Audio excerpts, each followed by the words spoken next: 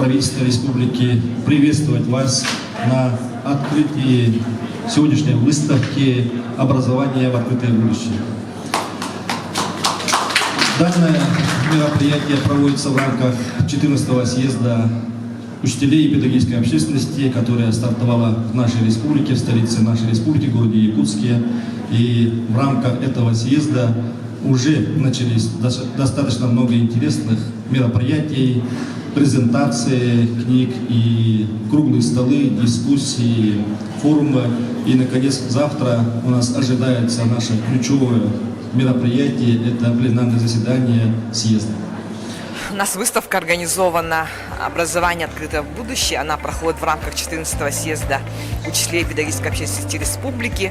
Мы здесь решили представить столетнюю историю системы образования нашей республики, ну и, соответственно, то новое, которое сегодня у нас, с которым наше учительство развивается и где получают качественное образование наши школьники. Выставка будет у нас работать 3 дня.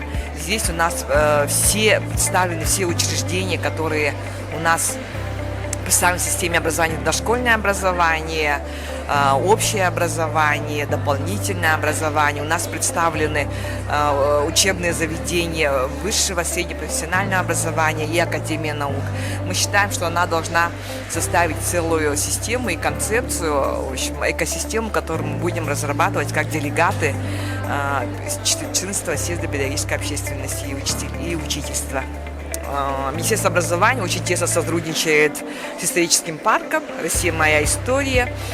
Как сегодня уже было сказано на открытии, у нас очень многие проекты сейчас интересны для школьников и для родителей именно форматом интерактивной подачи материала. Современно, все движется, мобильно и, самое главное, интересно. И вот эта та атмосфера, которая позволяет окунуться в виртуальную реальность. Да? Мы организовываем с Центром опережающей профессиональной подготовки площадку «Билет в будущее», которая также будет представлена и во время съезда.